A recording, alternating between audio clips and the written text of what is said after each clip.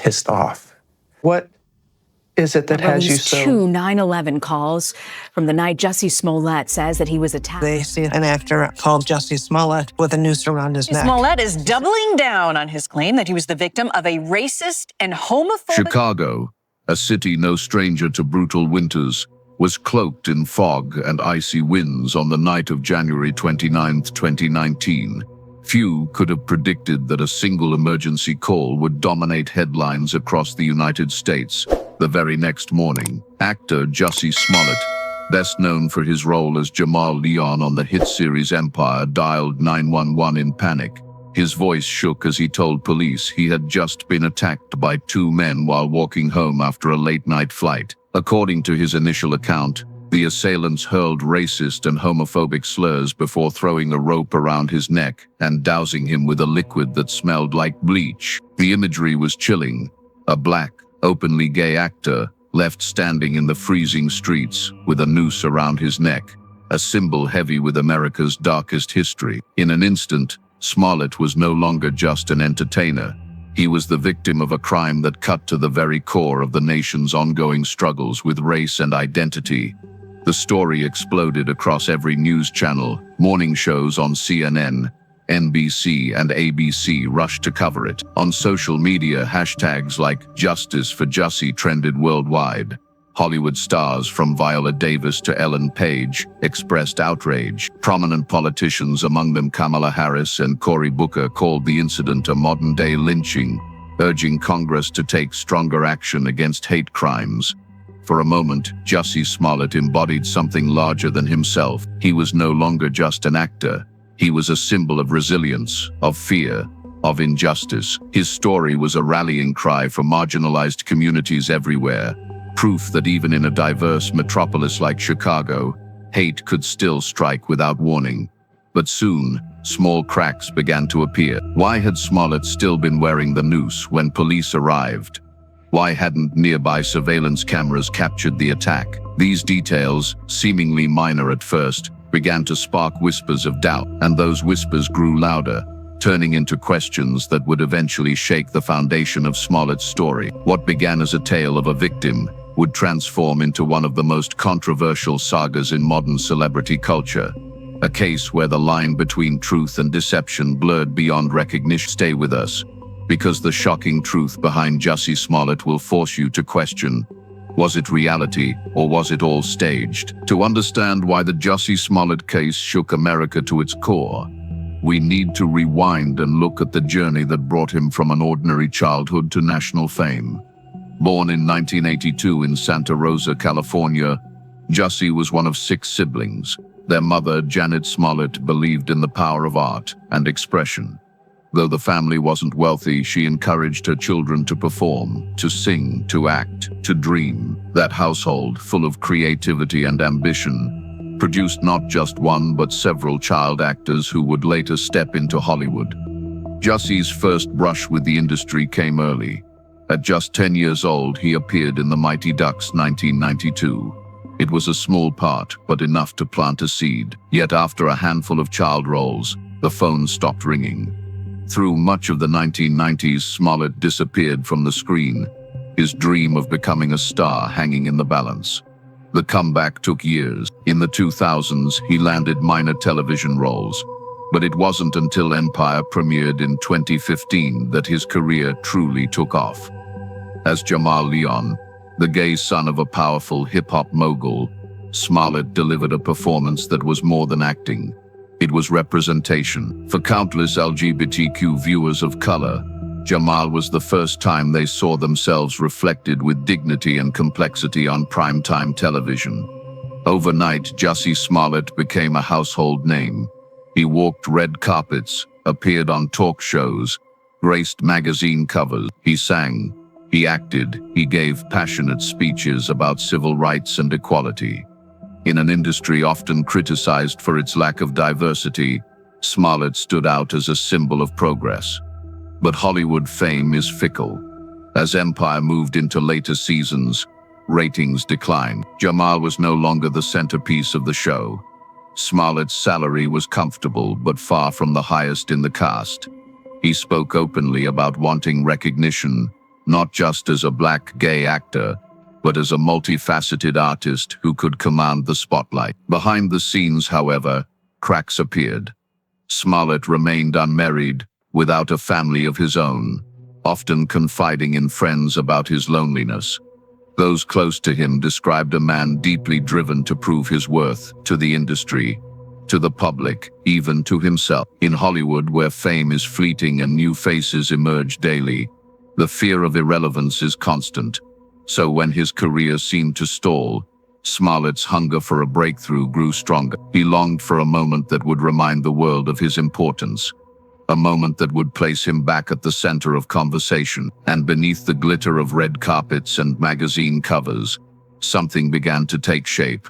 A secret plan that once revealed would set off a storm like no other, because behind the polished smile of a rising star, the first cracks were quietly forming. Before that freezing January night in 2019, there were already signs of trouble in Jussie Smollett's world. Tiny cracks that most people overlooked.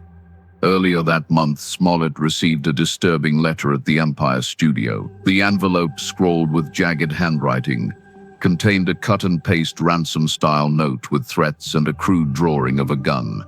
A fine white powder spilled out, alarming everyone who feared it could be anthrax. Later tests showed it was crushed aspirin. Still, the incident left a haunting impression. Jussie Smollett, the rising star, was being targeted. Colleagues recalled how unsettled he became after the letter. He scanned parking lots nervously, avoided reporters, and confided in friends that he feared becoming the next target. Behind the polished smile on late-night talk shows, an undercurrent of paranoia grew. At the same time, Smollett was frustrated with the producers of Empire. He believed he deserved a higher salary, on par with his co-stars. When his demands weren't met, resentment built. In Hollywood, paychecks often symbolize value. For Jussie, the rejection wasn't just about money, it was a painful reminder that he hadn't yet crossed into the ranks of top-tier stars. Some journalists, in hindsight, have suggested that this cocktail of fear from the threatening letter and dissatisfaction in his career created fertile ground for the reckless choices that followed. Friends described Jussie as fiercely independent, someone who always wanted to prove himself. He once said, "If I don't write my own story, someone else will write it for me." At first, it sounded empowering, but in retrospect, it revealed a stubborn belief that he could control his narrative at all costs. Psychologically, Smollett wrestled with isolation. Despite the fame, he admitted to feeling alone. On social media, he frequently posted messages about truth and overcoming hate, as if he was speaking to himself as much as to his followers. As his career plateaued, financial pressures and the looming fear of irrelevance pressed down. Psychologists often note that in the entertainment industry, the loss of attention can feel more devastating than financial ruin. For Jussie, seeing others seize the spotlight only deepened his anxiety that he was fading into the background. Police later revealed that in the days leading up to the alleged attack, Smollett exchanged messages with brothers Abimbola and Olabinjo Osundairo, gym partners and minor extras on Empire. They trained together, and Smollett appeared to trust them enough to draw them into an unusual plan. Looking back, the puzzle pieces align uneasily. A celebrity who felt threatened, a career under strain, an obsession with control, and a pair of acquaintances willing to participate in something unimaginable, which raises a haunting question. If someone had truly listened to Jussie Smollett's fears, if he had received support at the right time, could this tragedy have been prevented? On January 29, 2019, Chicago was gripped by sub-zero temperatures. Wind howled through the deserted streets, carrying an eerie echo across the frozen city. Around 2 a.m., Jussie Smollett left his apartment for a late-night subway sandwich run, an ordinary errand that would soon spiral into one of the most controversial cases of the decade. Smollett later told police he had been attacked by two men. He said they beat him, hurled racist and homophobic insults, and left a rope around his neck. When officers arrived, the noose was still there. That single image, stark against the backdrop of American history, carried chilling weight. A black, openly gay actor standing in the freezing dark, rope still in place, a living reminder of the country's darkest chapters. News outlets erupted. Within hours, the story dominated every network. Social media roared with outrage, solidarity and hashtags demanding justice. Smollett became the face of hate crime victims nationwide, a symbol of the pain still inflicted on marginalized communities. But investigators at the Chicago Police Department began piecing the night together. They combed through hundreds of hours of surveillance footage from the neighborhood. Some clips revealed two tall men in dark clothing, walking near the scene. But oddly, none of the cameras captured the actual assault Smollett described. The investigation took a dramatic turn when the suspects were identified: brothers Abimbola and Olabinjo Osundaro. They weren't strangers. They knew Smollett personally, had trained with him at the gym, even worked as extras on Empire. Under questioning, the brothers made a stunning claim. The attack had been staged, orchestrated by Smollett himself, with money and instructions exchanged beforehand. It was a twist few could have imagined. Overnight, Smollett's narrative collapsed. From celebrated victim, he became a suspect under nationwide scrutiny. News anchors who once spoke in sympathy now framed him as a possible deceiver. Supporters who had rushed to his defense began to doubt. The public fractured. Some believed Smollett was being set up, that the brothers were lying to save themselves. Others felt betrayed, convinced he had weaponized real suffering to manufacture attention and revive his career. American television became a battlefield of opinion. Commentators argued this was a double tragedy. If Smollett told the truth, it meant a heinous hate crime had taken place. But if he lied, it risked undermining every genuine victim of hate crimes in the future. From that moment, the case entered its most intense phase, a fight in court and in public opinion, where every detail, every word could determine Jussie Smollett's fate. After the stunning twist, Jussie Smollett found himself in the courtroom, facing the weight of the American justice system. In 2021, after months of delays and legal wrangling, his case finally went to trial in Chicago, a trial that captivated the nation. The courtroom was packed, cameras lined the back wall, reporters filled every seat, members of the public craned their necks to catch a glimpse of the fallen star now accused of staging his own assault and lying to police. Prosecutors laid out a meticulous timeline. Cell phone records showed Smollett in frequent contact with the Osundaro brothers, before and after the alleged attack. Surveillance footage captured the brothers purchasing rope and gloves. Receipts, texts, and testimony formed a chain of evidence that painted a damning picture. The most dramatic moment came when Abimbola and Olabinjo Osundaro took the stand. They testified that Smollett had paid them, given specific instructions, and even rehearsed parts of the plan down to the location, the timing, and the words they were supposed to shout. One brother said he wanted it to look as real as possible, to make a statement. Their words struck like a blade, cutting through the remaining threads of support Smollett had left. The defense pushed back.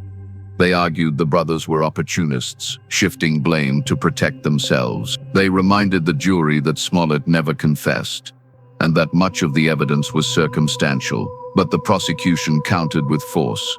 This was no prank. It was a calculated hoax that drained resources and undermined trust in real victims. Outside, the public was bitterly divided. Protesters shouted on both sides. Some branded Smollett a traitor to social justice movements. Others saw him as a scapegoat, a flawed man crushed under the weight of fame and media frenzy. Commentators called it a trial of the digital age, where perception and narrative held as much power as fact. The mini-hook of the trial came when prosecutors revealed a startling detail.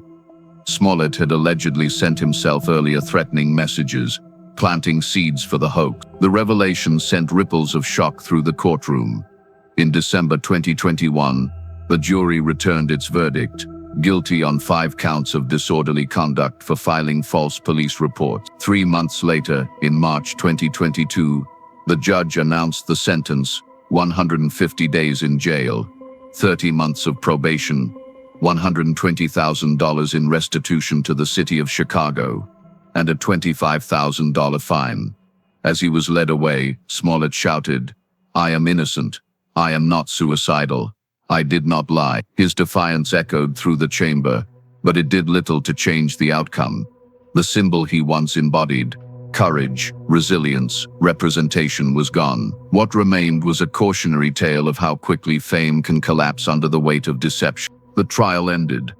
The sentence was read. But the story of Jussie Smollett did not fade with the closing of a courtroom.